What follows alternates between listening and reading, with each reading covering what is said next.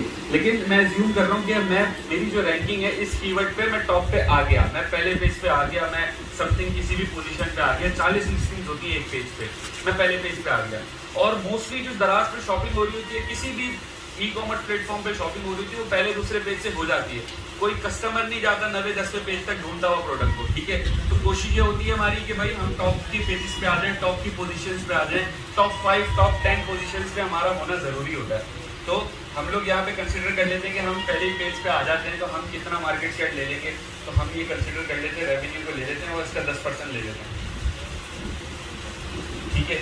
अगर तो मैं जब क्या कहते हैं इसमें आ जाऊंगा, इस मार्केट में जब मैं आ जाऊंगा, तो मेरा जो मार्केट शेयर होगा पहले पेज का, वो तकरीबन मैं बेचूंगा इसको 14,000 का बेचना शुरू कर दूंगा, ठीक है, एक आइडिया के लिए। अच्छा जी, फिर मैं अगर बात करूं कि भाई अगर मैं इसको 20% पे ले जाता हूँ,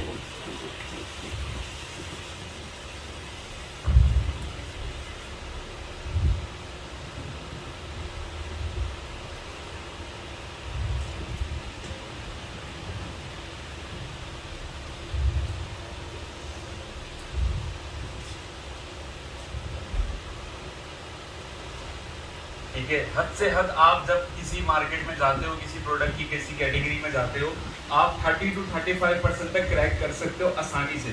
फिर बाकी फैक्टर्स आ जाते हैं कि फिर आपकी सोर्सिंग पे बात आ जाती है, फिर आप मार्केट किस तरीके से कर रहे हो, आपका टाइटल ऑप्टिमाइज है या नहीं है, बहुत सारी उसमें फैक्टर्स आ जाते हैं। लेकिन ईजी अगर मैं आपको बोलूँ कि अब आपके पास एक बजट है, ठीक है, जो कि आपका बजट है लेट सपोज 50-60 हज़ार रुपए का, लाख रुपए का, आपने काम करना है मल्टीपल 3-4 प्रोडक्ट्स में, तो आपके जो एक प्रोडक्ट है ये अच्छे केस में, ठीक है, सब कुछ सॉर्ट रहा, सब कुछ सही रहा, तो ये 1.5-2 महीने के अंदर अंदर आपको 30-40 हज़ार का काम करके देगी ये प्रोडक्ट, ठीक है। नंबर ये कह रहे हैं, सही है।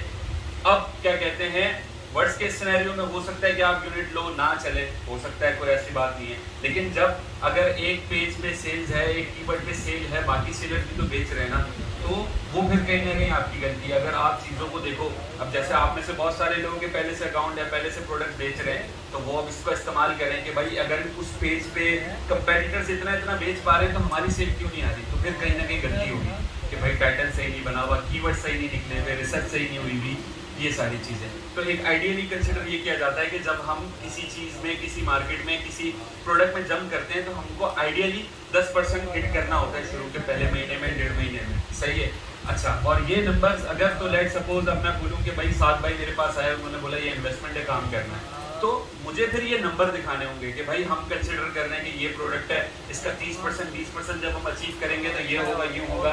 जब आप किसी को प्लान देते हो, कोई इन्वेस्टर आता है, तो उसको फिर इस नंबर से समझाना पड़ता है। उसको ये थोड़ी बोलोगे कि बैठ हम बेच रहे हैं, उसका कोई इंटरेस्ट ही नहीं है। उसका इंटरेस्ट जो है वो बिजनेस से इंटरेस्ट है, नंबर से इंटरेस्ट है। आपको जो दिखाने हैं वो नंबर दिखाने हैं, सही है। ये नंबर हमने यूज किए टूल के थ्रू, टूल का नाम था एक्सॉन हंट। अच्छा, जब ये टूल नहीं आए थे, ये टूल अभी आए हैं बिल्कुल रिसेंट में, 2021 के एंड में आए हैं, 2020 के स्टार्ट में आए हैं। तो उससे पहले क्या होता था, उससे पहले मैनुअल हंटिंग होती थी। ये डेटा जो है वो मैनुअल निकलता था। वो कैसे निकलता था, ये डेटा आपने देखा कि एक क्लिक पे 40 लिस्टिंग का तमाम तर डेटा इसने दे दिया हमको। और अगर यही चीज मैं मैनुअली करता ना, मैनुअली मुझे 6 सेलर का डेटा निकालने में कम से कम भी 7 दिन लगते, चाहिए, और हर रोज का मुझे 1-1.5 घंटा इसको देना पड़ता ये डेटा निकालने के लिए। वो भी देख लेते हैं कि किस तरीके से निकलता है।